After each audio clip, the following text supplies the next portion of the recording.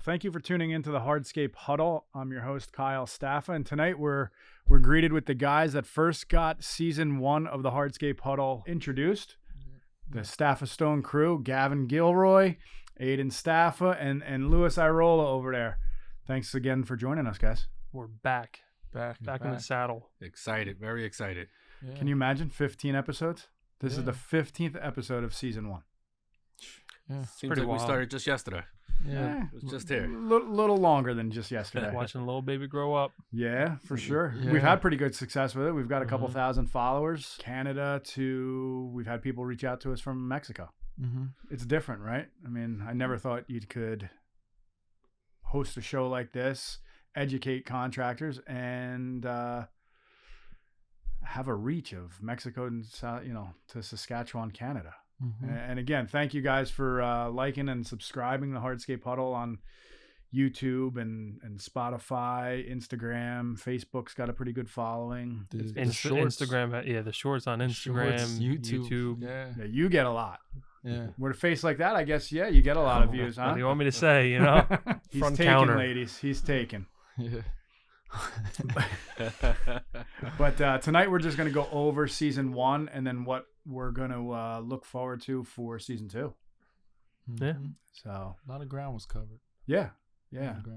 And if you guys at Staffa Stone, if you're getting what are the results you're getting from the contractors walking through the door that tune in, if there's any?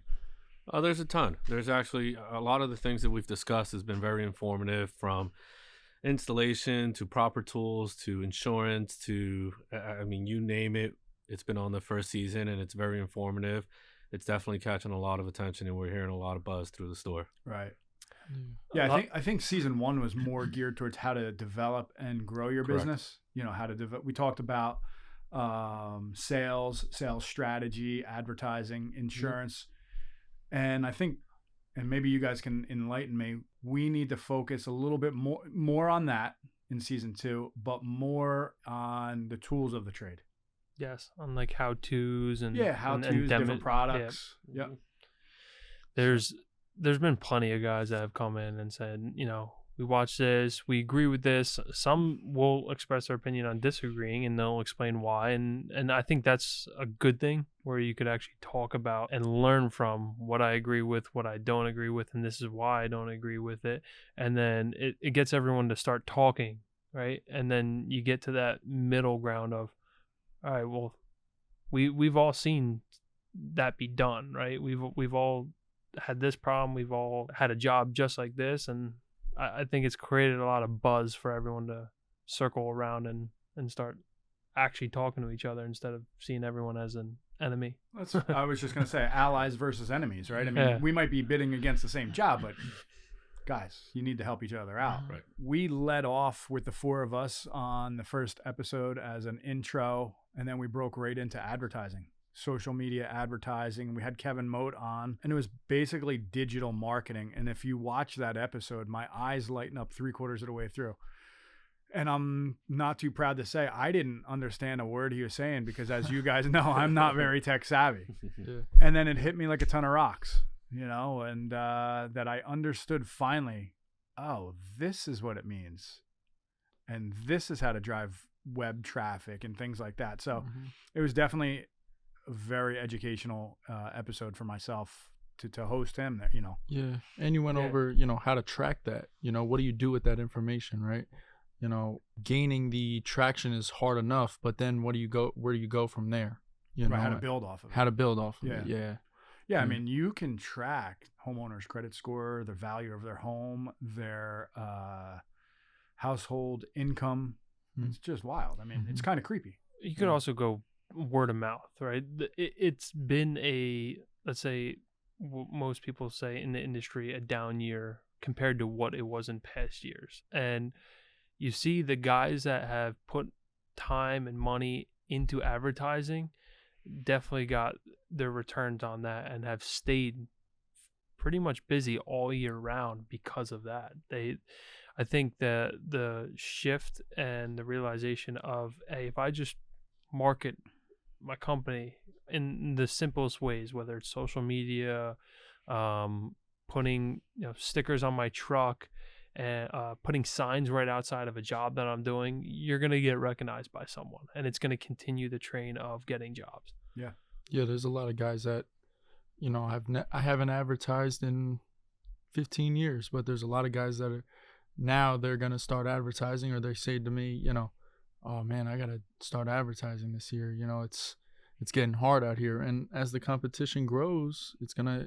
get harder. So a lot of people are realizing like it actually does pay off. You know, the guys that do this stuff are having success with it, you know? So. Yeah. I mean, there's a couple younger contractors in particular that come to mind. And as the older guys are less tech savvy, me, myself, and I, there's a couple younger contractors that are very tech savvy who are working on the advertising side of their business while the guys are on job sites. They're doing, you know, drone shots, you know, while the guys are working. They're doing professional photography, where the older guys would have never thought of that, because I know I wouldn't have. No.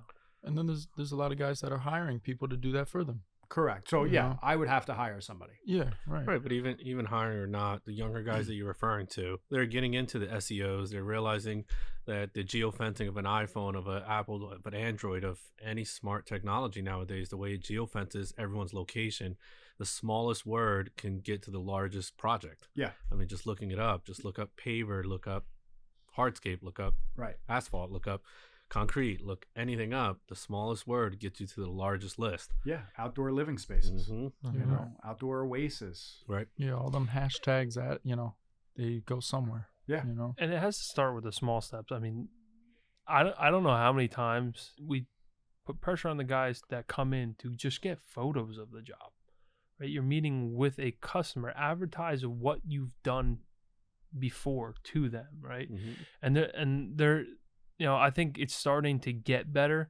There's still a little bit of lack of, you know, be confident of what you did, you know, And be proud of it. Yeah, be proud and show the work that you've done.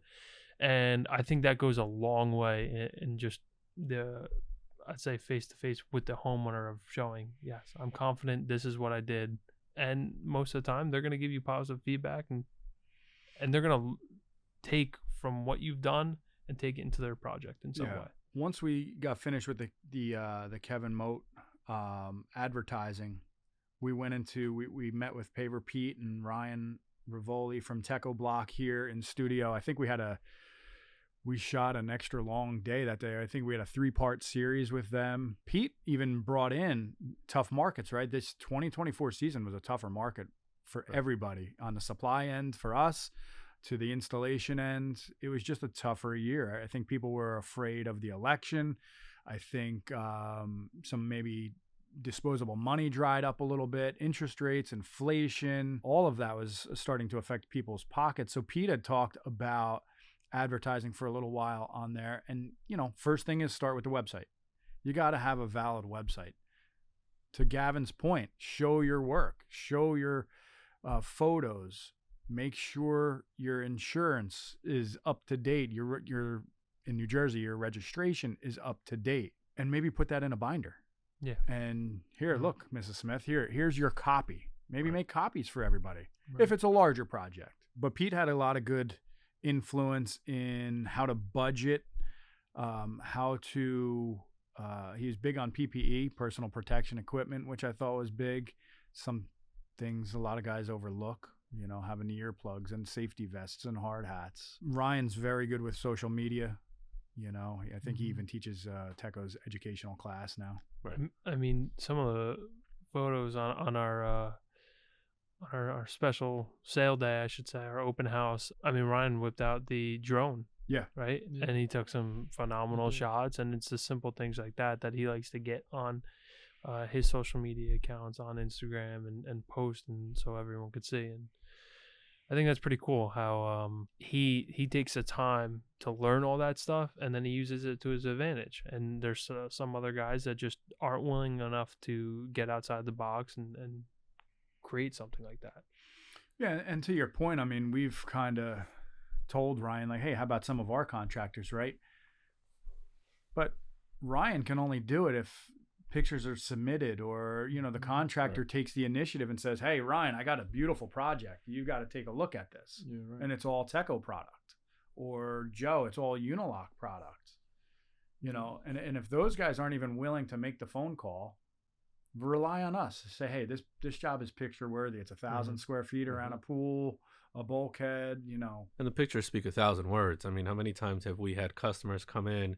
Do you have a picture of this product installed? How will this product look around the house? How will this product look around the pool? Do you have anything to show? Yeah.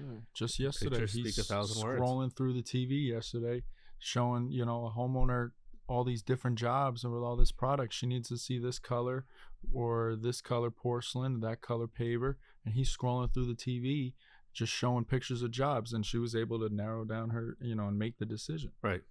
We give them knowledge and guidance. Yeah. Right. They come in with an idea, we fine tune the idea.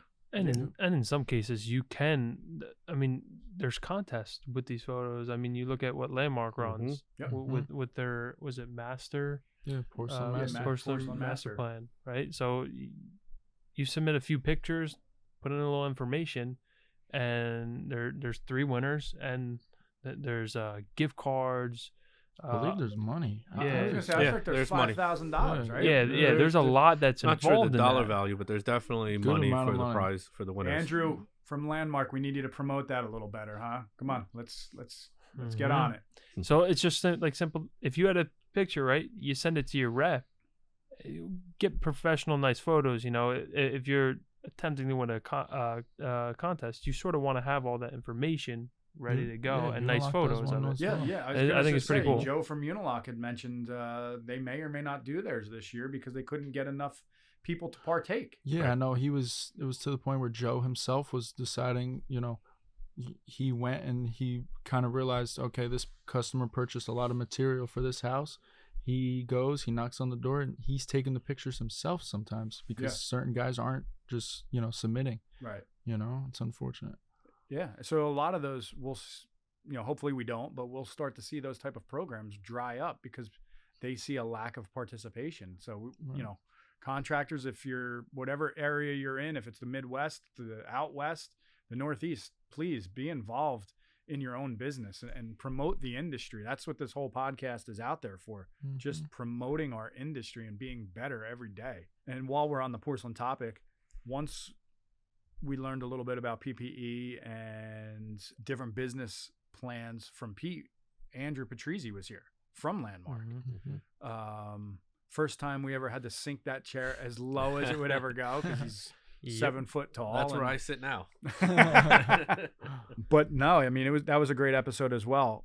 And that was right after I got back from Nashville where the porcelain tile's made, which was an experience all in itself. Mm-hmm. But Andrew spent some time and he told us how it was made on that episode, if you remember. So pretty cool. And we said it in our first episode, and we're saying now, porcelain just keeps catching fire. It's you see more and more people taking that risk to try it, and once you try it, it's one of those things where that is a product that you don't want to turn away from. And I see a lot of movement towards it right now because of the benefits you get from it. So right, he just likes porcelain. What's the resilience, the PSI, the non-porous, the everything that zero you can do, absorption, zero absorption, the slip resistant, the stain resistant. Go down the list. Just the resilience of it. But it's also making other manufacturers up their game. Yes, because there's basically that Nashville plant is all automated. There's very little people that work there, even though they sunk. I'd have to tune back into the episode. A couple $100 million to make that plant bigger. They only added 75 jobs in rural Tennessee.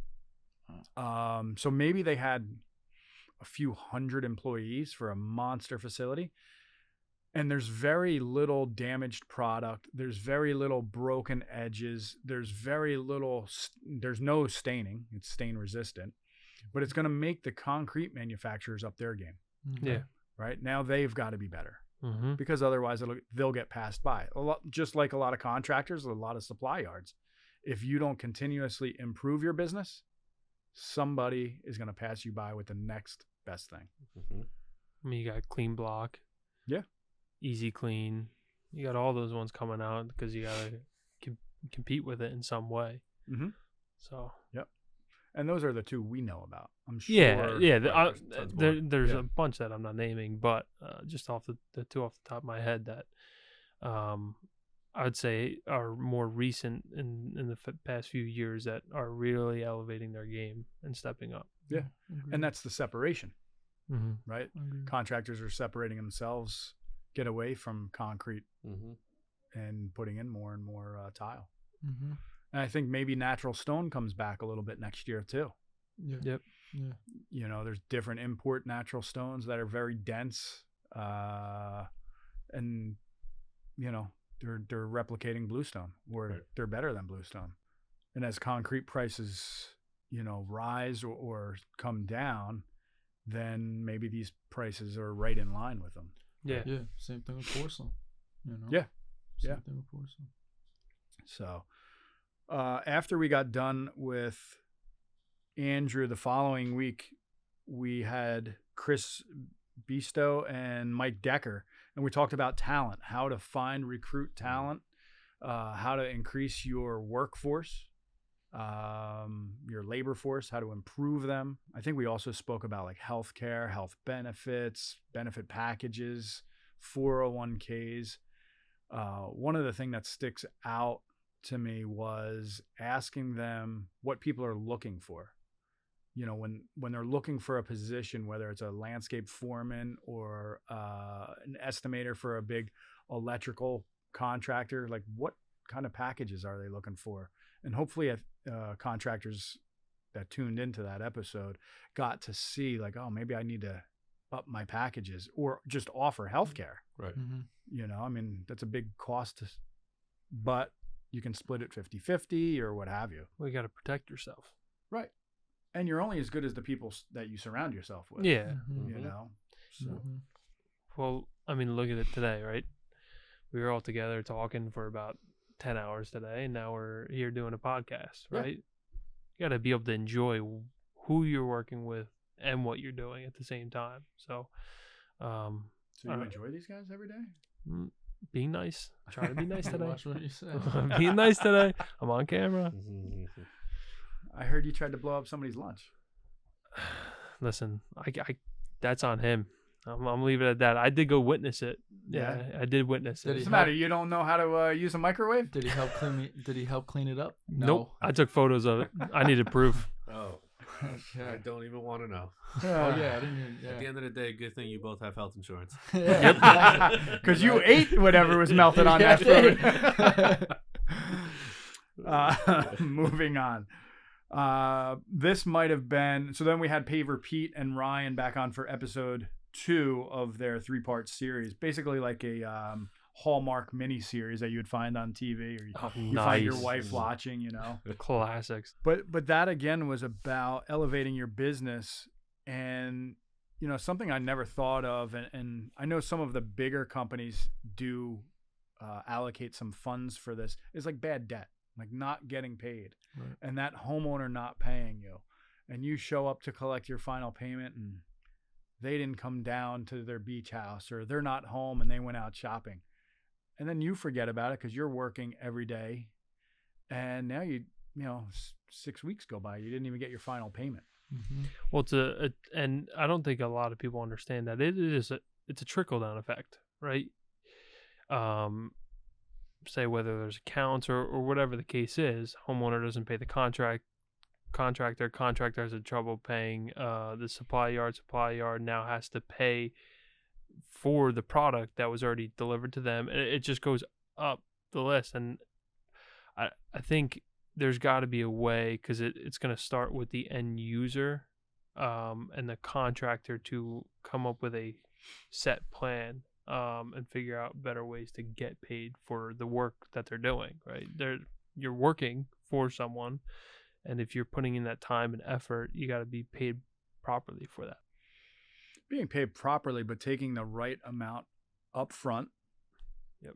And then the payment cycle. If it's a larger project, you know, if they last a few months, I could see yourself getting a couple $100 to get them on the schedule.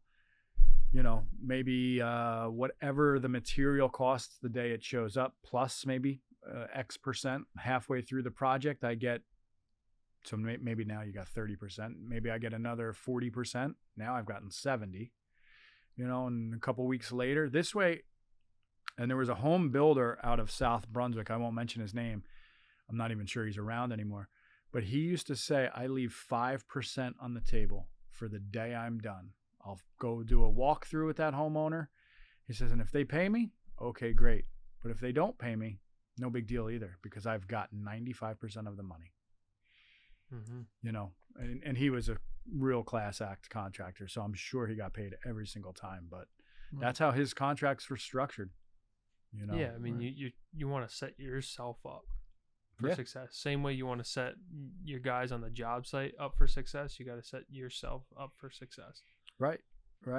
He also talked, Pete also talked about saving enough money to take your guys, not necessarily away, but these are the months that Techo-Block, Unilock does educational seminars. Maybe Landmark does as well. Take your guys to those seminars. Make sure you buy them lunch. Show the appreciation that you have for your guys. And just, that's reinvestment into your own business. Sometimes you don't know what you don't know. Right. Yeah. And it's, until he said it, I never really thought about it. So Staff Stone's taking a trip to Hawaii.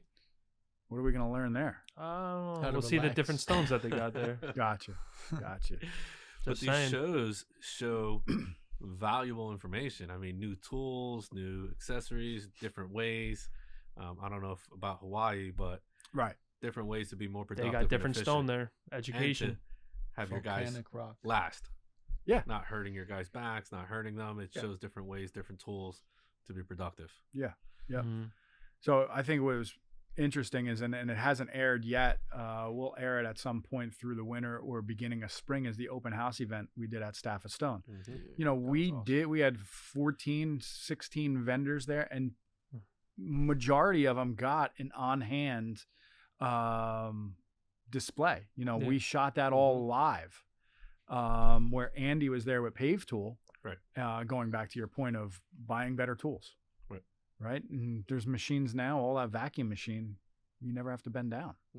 And today we saw a video of a contractor using Techo-Block Sleek. It still doesn't look fun to lay with the vacuum. But he was doing a heck of a job. And the project looks nice. Yeah, looks really nice. Once we got finished with part 2 of Ryan and Paver Pete, probably the most educational podcast episode I think we hosted was Bob Soden from Oliver Soden Insurance Agency. Yeah, that's great. That's where I learned the most, I'll be honest with you. Just the different insurances that contractors need to carry, which all gets broken down into the estimate for Mrs. Smith's house and things like that. Insurance needs to be broken down.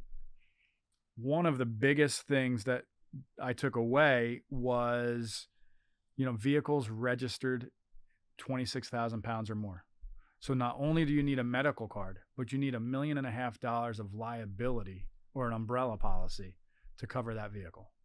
God forbid something was to happen. And that's new this June in New Jersey. So, pretty wild. Just who would have known that though? Yeah. Right. I don't think they're making that public unless some insurance companies are sending that out. But that was a great episode, I felt, because it helps the homeowner know what to ask that contractor. Yeah. And it goes back to what we were talking about earlier of having that booklet with your insurance certification, your state registration contractor's license, your photos. I think Bobby even talked about making each project, the homeowner, be a part of your insurance, and they would be named on the insurance certificate for that project. And there's a couple projects I thought of while Bobby and I were talking that were just total nightmares for homeowners. Back pitched patios, flooding, brand new, finished basements. And now if you don't hire a contractor with insurance, That's all on you. That's your homeowner's insurance, Mm-hmm. or you're paying out of pocket. Well, that goes for anything though on the job, right? You should be building on what you need for that billing for what you need for that job. So whether it's insurance or a specific shovel that you need for that job, and you got to buy that.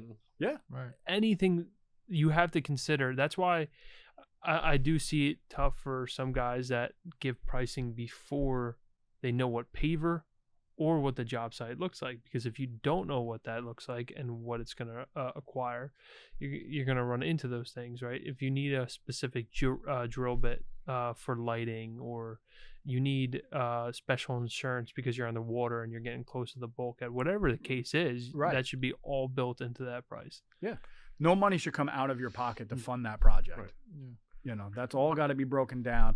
And again, that goes into a few different episodes that we had talked about. And it was one of, I think, Mark Fuss mentioned the single overhead recovery system. Or it was Pete, I think, talked about it too.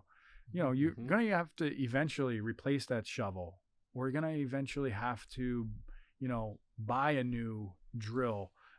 One of them talks, I think it was Pete, you know, you got that grinder burning up in your hand because you duct taped the cord together, right? I mean, we know guys like that. Yeah. We see them. They come through every day, but they don't reinvest. They also sometimes don't watch this podcast. That is true. You know? That is true. Some of those guys. We give them a higher price if they don't watch the podcast. I'm gonna start. I don't know, but we reinvested in Gavin's new computer. Yeah, you see that? Still does nothing. That hits. But you didn't deny it, which is worse. That's all right. You're still the face. Save it for after the You're camera. still the face of the front desk. That's It's right. okay. See? That's right. Every day. And again, going back to the podcast, you get the most views on your Instagram. That's all I'm saying. That's just 'cause I Probably haven't you, just posted a lot. 10,000 times. That also could be. I get home and I just leave it on replay all night long. So again, you know, Bob Soden, it was a very, very good podcast about insurance. And right after that, we aired the third and final episode of Ryan and Paver Pete on retaining walls. That was a very short episode, only because we were starting to run out of time. Those guys held me here all day. I was starting to get a little sleepy. I missed my nap time. Ooh. And And at your age? man, my age. Yeah, you got that right. But no, very good. He kind of talked about how to make your swales at the top of retaining walls to divert water from not running over the edge of the block. Make sure it's a friction system. Don't glue the blocks together. And when we sell a lot of glue, because everybody wants to glue their walls together, but that's totally not the way to do it. It probably voids the warranty. I don't know that we talked about that, but I'd have to tune back into that episode. They drive us nuts. They really do. Education on retaining walls has been going on for as long as this entire industry, and it's elevated year after year. And they guys still find a way to fail.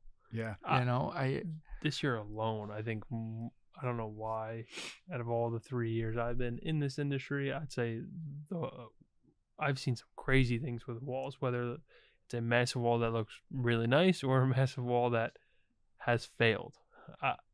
There's been some wild ones. I get reminded. I actually had a sales rep send me a picture and said that we need to talk about it on the podcast.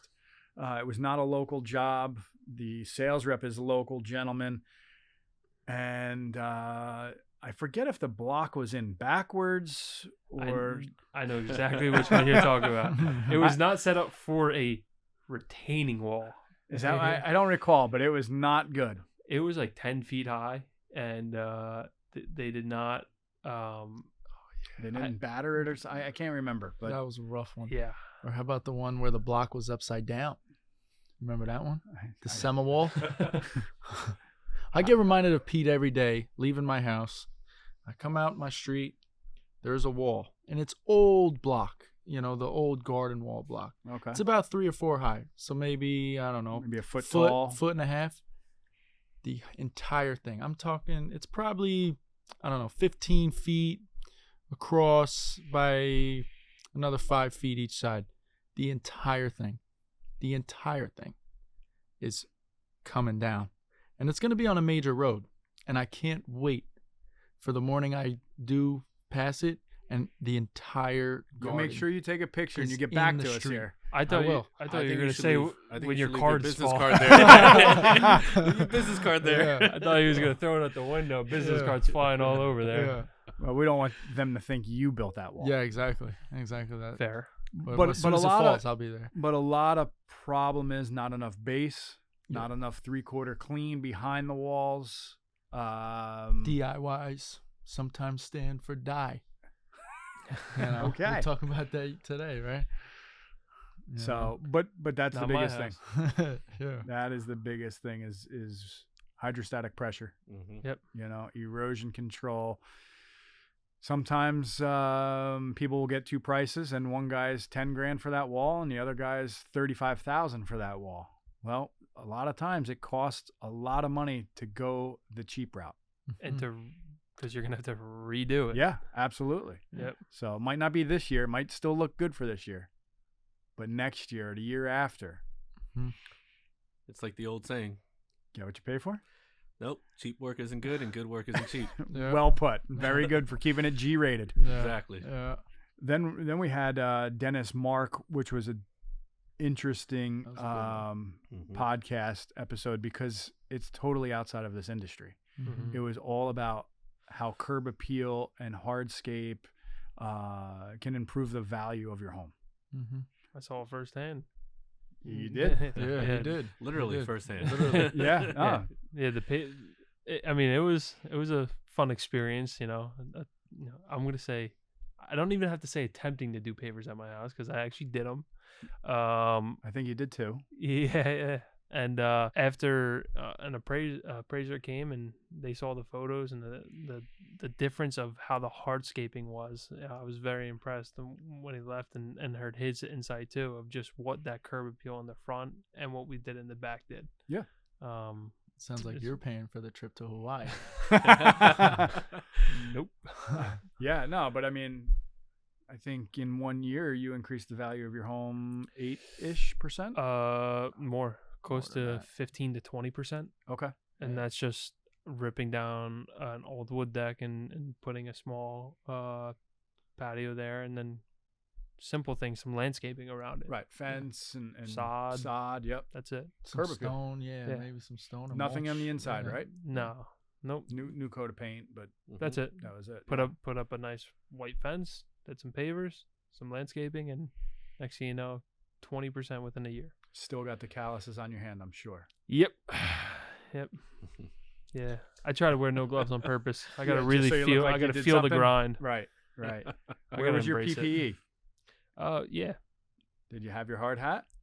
The podcast wasn't Yep. out at that time. Yeah. Thank Okay. you. See. Good Yeah. cover. Yeah. Good cover. Gotcha, Appreciate bro. it. You owe him lunch tomorrow. You owe me lunch today. I'm not gonna burn it. No. And just so everybody knows, we like to have fun on this show. Gavin is a hell of a cook, and he does supply lunch most of the time for everybody. I try. If he's most of the time he's not cooking it. No, he's ordering it out. Yeah. But he, I'll but cook he knows sometimes. what I'll bring everybody it in. wants. Yeah. He's A1 with the order. Right. You know, he's got everybody's Chinese order down, coffee order down. You name the place, I got you. He's even got some customers' lunch orders down. Now we just need him to use the new computer. Right. Yeah. That's how I place the orders. Dave Pfeiffer was our next podcast episode, Mastering Business Finances, which is where, as we all know, most small business fails. I think that's a pretty common statistic amongst all industries, not just our industry. And let's face it, most guys unfortunately have a business, whether it's framing contractors, plumbers, arborists, and what have you, have a business because they needed a job at first, and then it just took Yep. off. Mm-hmm. Right? They never were taught how to sell, which is why we had some of these podcasts, how to price jobs, how to what proper insurance to get, and mainly how to run the books. They just think because they've got $30,000 in the bank, they've got $30,000 in the bank. Yeah. So when that truck payment comes in, or The truck the breaks down. or the truck breaks down, and Right. now they don't even have money to repair the vehicle. Now what do? Yeah. You're up the creek without a paddle. Yep. So, Dave was teaching us and talking about how to set up the books, when to buy equipment, when to buy new equipment and reinvest. And what most guys in our industry don't like to do is pay taxes. But when you don't show you make any money, you can't leverage the business and show, I need a loan for a new truck. And if you're an arborist, I'm just picking on that industry, so I apologize. A bucket truck is $150,000 probably. What's a stump grinder? Everything's 100,000 at least. Anymore. Yeah. But a stump grinder's probably 100,000, or more. I have no idea, but not many people have 100,000 just sitting around to go buy one. So you've got to take a loan or get financing. And if you don't show that you make money and you pay taxes, you're most likely not getting approved. So I thought that was a very good episode, and we look to have him back. Mark Fuss was creating sales strategies with us for a day. Legend. He is a legend in this industry. A lot That's of people a big know one him. right there. Yeah. We were lucky to get him on the podcast, as he is a retired fella doing consulting work and teaching people how to grow their businesses and the next steps to take for their business. He works with supply yards like ourselves. He works with contractors and how to grow their business. A lot of, with what we said with marketing being huge, I think that's another key one right now, is being able to sell the job and sell it the right way and really tune in and listen to what your customer's looking for, right? So if a lot of people get afraid to explain to the customer that it's going to cost this, and they want to prevent them, but a lot of the times they'll spend the proper amount of money to get what they want, right? It's an investment on the house. So if you can't be afraid to go outside the box and do something different, right? If they come in and you don't give them a price yet, and you allow them to pick out the paver and give them some options. How about you show them that 3D design? There's one. That was a whole episode. I think Aiden was in on that episode as well, with Dan Pastrada. Great episode. And he's a designer out of Boston we had on here, and he does design remotely, right? Yep. You send them a sketch, but that's what sells the jobs. So to your point, carry on. I didn't mean to cut you off. Oh, it's okay. Used to it. Yeah, it's whatever.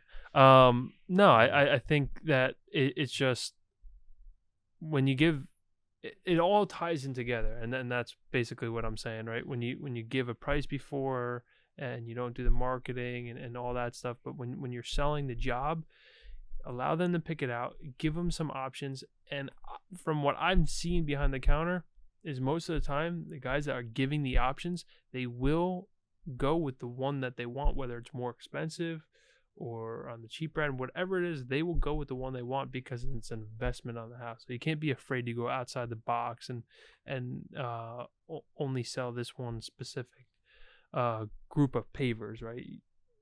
Give it a little, right. Give them a little change up chance. the borders. Get a little bit creative in that design. But you don't want to come off as that kind of guy that he knows better. Like homeowner, they want what they want. You can throw in the suggestions here and there, but you gotta know how to do it, right? You have to kind of learn how to talk, and depending on the person's personality, you got to be a good got to be able to read people. Yeah. In any sales. Yeah. But I think it's important when people are spending major money, with you on a big investment that, sometimes these are forever homes, they don't ever want to have to redo this project. It's really important to kind of narrow down and fine tune your verbiage, and, depending on who you're talking to, you have to kind of change your personality a little bit, you got to kind of critique it a little bit, But I think to what both of you guys are saying, and it goes back to both podcasts. They tied in very similar with Mark and Dan. Is show them the whole project and plan ahead. Yeah. Show them. They may not know they want an outdoor kitchen until they see it on the design, or that they're going to need a shade structure, or how outdoor lighting increases the curb appeal in the front of the house, we'll get to that ties in the back of the house, right? Just gives the whole yard a different appearance. So I would put that on the design, and you can have a separate line item for that. If we do it now, it's X dollars. But if I have to come back and do it in a year, then it's going to be X and Y, and here's why. Right. You know, so, you know, we say homeowners want what they want. Yeah, but they don't even know what's available in this industry. Yes. Right. And they have to listen to the contractor or designer presenting to them for the sheer fact that this is our industry. We're supposed to be industry leaders and know everything that's happening in this industry. Right. I wouldn't go to Ford and say, hey, I need this, this, and this. And the guy says, well, you also would need this because of this. It's not my industry. Right. I just, want a decent truck for under $100,000. Yeah. And Dan even said there's, 99% of the time you're going to have more success with the visualization of an actual design. Right. You know what I mean? Because they can see it. Yep. They didn't think about putting that little sitting wall there, but now that it's there, let's do it. Right. You know what I mean? And now it's lit, or you got that fire feature, and you got that, hideaway screen, right? Or even a water feature. Yeah, right. Yep. Block out the neighbor's kids that are screaming all the time. But the customers look to the contractors for guidance, for their confidence. The contractors only gain the confidence by attending schools, by attending design studios, by learning, by speaking to us, by speaking to the designers, speaking to everyone. I mean, they have to be educated in knowing what's out there and what we offer.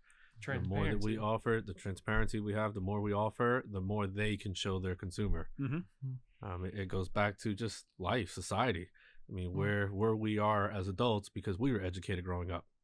We went through school, we went through education, where we are in society because growing up through education. Yeah. Continues on in life. The more they're educated, listening to our podcasts, attending classes, attending schools, attending different things throughout the winter, the more they have to offer to their consumer. The more that's a really great point. The more confidence they show up. Yeah. The more confident they are, the more the homeowner trusts in them. Yeah. And you're always going to have the contractors that are cookie cutter contractors, meaning they only want to do that flat work. They don't want to get creative, and that's okay. Yep. That's their place in the market. Yep. But don't expect to get some of these front catalog of front page catalog photos because they want something to really pop and stand out. They're trying to separate themselves and as a manufacturer as well. There's a place for everyone in that sense. For sure. Yeah, there's a difference between a patio and an outdoor living space. Yeah. But you have to accept what your fit is of what you're putting out there, right? If you want to be in the small patio projects, quick, easy in and out, there's no problem with that. No one is saying that, but you can't dwell on not getting the bigger jobs if you're not going to put that effort to get them. Right. Yeah. And you can't expect to get that job without a beautiful design. Yep. Right. Yeah. So Mark also spoke about selling your brand, right? Your brand as a company. Okay. I see everybody's got something Staffa Stone related on it. So it brands the company to you. You look nice and neat, right? We go back as basic as apparel. And if you're a Teco Pro or a Unilock authorized contractor, they offer co-op dollars to have apparel. So all the guys look alike. Mark and I also talked about a landscape contractor out in Pennsylvania who has a built-in car wash in his garage. Yeah. That's sick. That's sick. Okay. Wow, that's impressive. So you pull it, the crew leader pulls the truck in, it gets washed. Okay. Staffa Stone, what's up? It gets washed and it looks good. Now, what that does to the homeowner is if that's how you present your truck, who's on a dusty, dirty site in the mud every day, and every week that truck is cleaned, how are you going to leave my property when you're all finished? Yep. And that's why that particular contractor can come in and you bid the job at 100 and he bids it at 175, and that's why he's getting it. First impression's a lasting impression. That's right. You know, you show up with a truck like that or another truck that is disgustingly dirty. Coffee cups rolling out when you open the door. Now the homeowner's questioning themselves. Yep. So first impression is a lasting impression. Yeah, that's a great point. And then we moved on to what you wanted to talk about, outdoor lighting. Yep. I think it's come. It's bold. Yeah. It is. It's Bold come a lighting. long way. How about that, huh? Yeah, I've been I want to say humbled in the fact that my first 2 years I haven't done a lot of lighting, haven't seen a lot of lighting, and then this year alone there's been a major transition on how lighting could affect the job. And after, you know, sitting down with Bolt, seeing jobs and seeing how the vision that they have for projects have been really eye-opening, enlightening, some would say. Oh, jeez. Ooh, yeah. Oh, wow. Yeah, we had Chris and Lee here in studio, but we also got to work with them on our new displays too. Fairly easy system to use. A lot of markup for the contractor. Yeah. Mm-hmm. You know, and it has to go back to, we are for-profit businesses. Yep. Right. So if we can find something that is lightweight, which I like, but can add some margin to your project. He's half a cripple. I'm a full cripple. But yeah, if we can find something that adds an extra 30, 40 points to your project by, you know, a few hours to maybe a day's worth of landscape lighting, why would you not do it? Mm-hmm. You know, they also touched on just in the United States alone, it's landscape lighting is a $4.1 billion industry. Billion with a B. Wow. That's crazy. Yeah. So why are not more of our contractors getting a piece of that? It's a fair question. Comfortability? It's the confidence and comfortability. I mean, Confidence is a big if you think of a patio that you're installing from $10,000 to $100,000 Oasis, with the lighting, you could spend 30% more outside, right? 30% more of your time outside in the evening hours throughout the summer and spring, winter. Without the lighting, it's just a beautiful patio in the dark. Yeah, you don't sit in your house in the dark. True. You know, that's the what you studio's got lights on, right? True. And when Chris and Lee told us that night at the store, they gave us that education, and he just looked at me and said, "Well, are you going home to sit in the dark outside?" Oh, fair point. Yeah, very fair point. Yeah. You know, yeah. Fair. And at this, you know, as you know, more and more people move into certain areas where you used to feel safe, now outdoor lighting is also a sense of security. Right. Yep, absolutely. You know, and you look at the 3D designs that they showed us that day of just, all right, this is the project with lighting, and then this is the project without. I mean, I just don't see how you could go and make the decision, I don't need the lighting anymore. There's just no way. Right. So their rule of thumb is 10 to 15% of the project. So if it's $100,000 project, $10 to $15,000 worth of outdoor lighting. Mm-hmm. So it's not really a lot of money.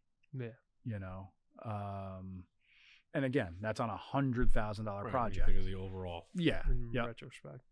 So again, and there's not a large investment to get into lighting. It's not like Yeah. stump grinding, right? Right. Tree stumps. Mm-hmm.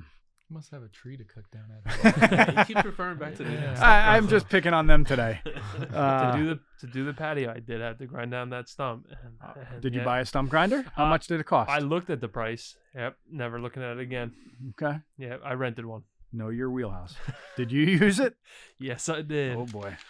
I'm still Does the shaking house from is it right now. Oh boy. Then we wrapped up the in-studio podcasts with probably the largest organization for small business owners, and that being the National Federation of Independent Business Owners. We had Bree and Eileen here. It made me a little anti-government having them here, and just the way there's no common sense in the government at that particular time. So it's just interesting. And that episode is about to air, I think, tomorrow. 2 days. Out of 2 days. all the podcasts that have been shot, I think that was the one where you came in the next day and said the things that we talked about in that one just blew my mind. I'll give you a brief thing right now. Is 80 degrees. How many days are over 80 degrees here in New Jersey? I don't know. In the landscaping season, probably. We had an 80-degree day in November a couple weeks ago. Yeah, right. Well, 80 degrees is going to be the marker, whether you're working in an Amazon warehouse or you're cutting the grass outside. If at 80 degrees, I have to give you 15-minute break and supply you a temperature-controlled water. So now that cuts down productivity. Who pays for that? The end user. Now you're working 45 minutes out of a full hour. Now, what I just thought of now is I don't know if I have to pay you for those 15 minutes or if it's a non-paid time off. So now you can also potentially be hurt as an hourly employee. Mm-hmm. Right? You're not getting a full hour's pay. And if that is the case, then another thing is there are, and I'm not saying all like homeowners that will be at the job and they will call, hey, your guy's taking a break again. Yeah, like, right. That's true too. You know, this is why this project's taking long. And what if you do set deadlines? Well, you have to in your contracts. Yeah, Right. so you set a deadline in your contract, but now, while you get a heat wave that comes in and 80-degree days are starting to flow in. Hey, I just want to remind you, I remember some 80-degree days in the office. Just want to say. Yep. Yeah, they Looks get pretty hot in there. So, just saying, 15 minutes. Yeah. You first have to work the 45. What is it? You know, guys can't catch a break. Yeah. So, but no, very, very enlightening. The NFIB also runs off of donation. They don't have a yearly membership. It's what you can donate. So if you can donate $50 to help the cause, and they're fighting for people like Staff of Stone and landscape contractors, manufacturers as well. So anybody under 500 employees is who they're fighting for. Now I got a question. I believe I might have misinterpreted the clip, but it was a teaser for the episode that's coming out with them. Now there's some type of new regulation in terms of employment where you have to register each employee at the beginning of each year. Yes. $750 fee. It's a yearly fee of $750 total, not per person. Okay.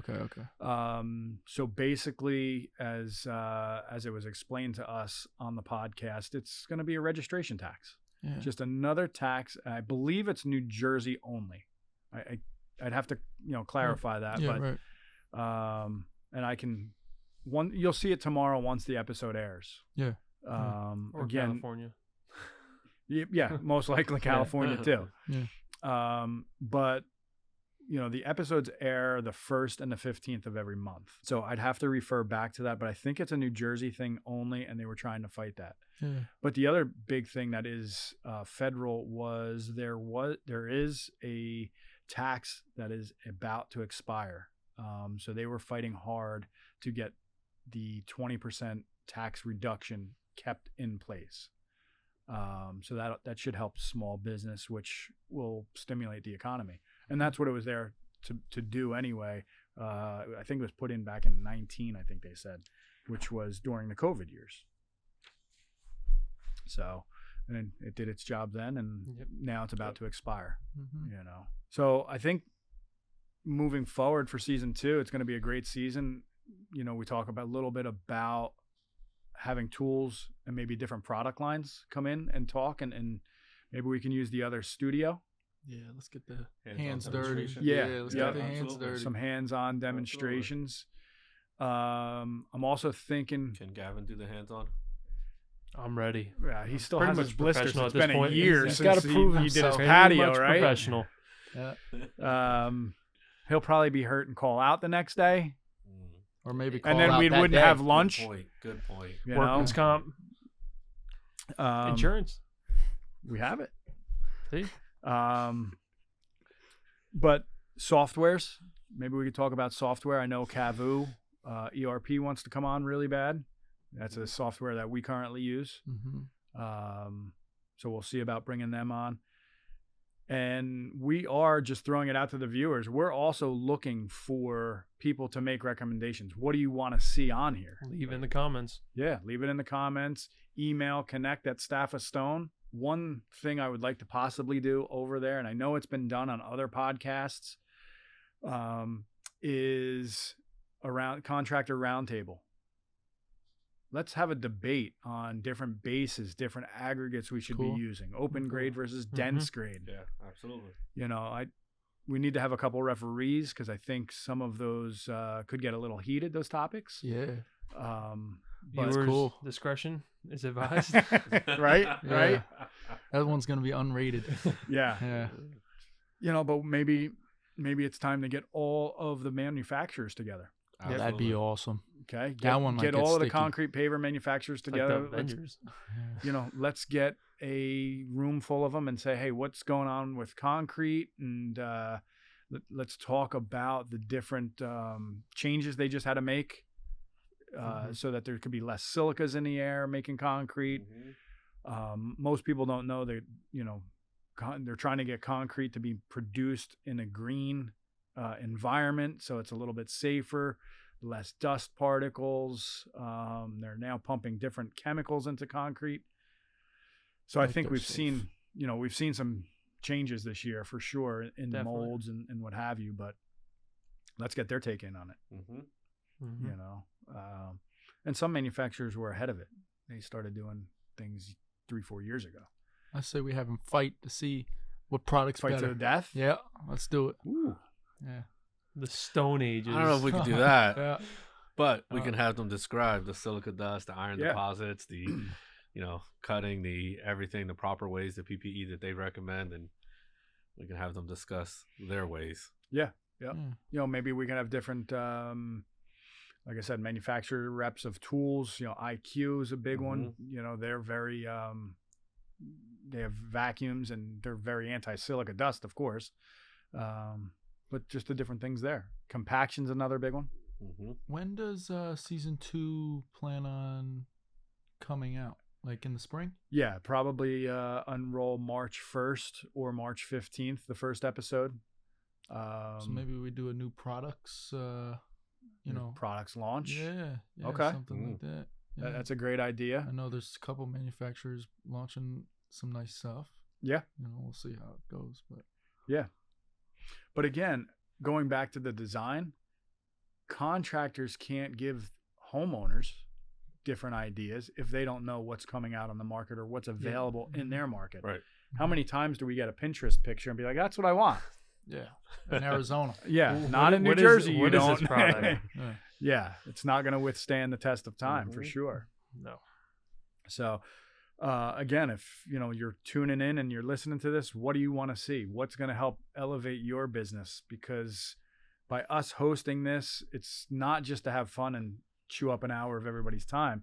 It's to elevate the hardscape landscape industry, masonry business, you know. So just leave it in the comments. Call Gavin, connect@staffofstone, and we'll put it on here. With any problems, call Gavin also. Yeah. Yeah. Got you covered. If you're hungry, call Gavin also. Yeah. He knows everyone's lunch orders. Yeah. And if you want to make fun of him, call Gavin. Yeah. If you want a coffee, call Gavin. Yeah. I'm here for your problems. I guess. Gavin the I therapist. guess. I'm man of many trades. Yeah. Not many skills though. Skills, trades, tomato. Okay. Hey, He's got same. the patio do? down. Yeah, and it looks really good. Hasn't Really good. Hasn't moved. collapsed, nothing. Yeah, it might over that tree stump though. I didn't know you had a tree stump there. No, don't worry about it. Taking Okay. care Like of 10 it. years, 15 Yeah, years. who said I'll be in the house by that point? Yeah, by then the investment will keep going up. Hopefully. Yeah, hopefully. No, it's under the sod, so Gotcha. I can fix that. No problem. Gotcha. What else have we been seeing? I mean, it's the end of the season here in New Jersey. We still seem to be fairly busy. Flip the switch. Yeah. Flip the Yep. switch. Definitely picking up. I would say more just in the last couple of weeks where guys are saying, oh, phone's starting to ring. And it was just one day On a Thursday afternoon. I remember it like it was the other day. When we had an 80-degree day. Yeah. Yeah. Yeah, that Yeah. shit's In November. Yep. It's getting slower now. It's getting cold. You know, today was what, 38 degrees when everyone woke up. you Yeah. know? Mhm. But it warmed up to 50. Wind blowing off the ocean. Yeah. Oh You know, yeah. It's different in our area. You Yeah. know, with the ocean and all that stuff. It's cold. I mean, On I the water, remember, it's cold. I remember the one contractor's telling us last year. He comes to pick up block, and he's standing in front of us. Oh, where are you working at? Right on the bay. It's 32 degrees outside, and it's 30 mile per Blowing hour 30, yeah. winds. Yeah. He goes, "Yep, it's coming up." Hit me in the face Yeah, water was Just splashing on the whole time. I can bad. imagine. Like, wow. Heated jackets. You know, years ago, you used to excavate out, prep your base in October, November, cover it with Salte, which is I don't think it's legal to even use Salte anymore. Maybe it is. And then concrete blankets. Yeah. That's how old he is. Yeah. You're dating yourself right there. Yeah. So, I remember the first time I heard about concrete blankets, like 3 years ago, and that was the only time I've ever heard them again. yeah. In the They're- lunchroom, they're I tough almost to needed a find. fire blanket today. So, all right. Well, that concludes. Does anybody have anything else we want to talk about in season 2?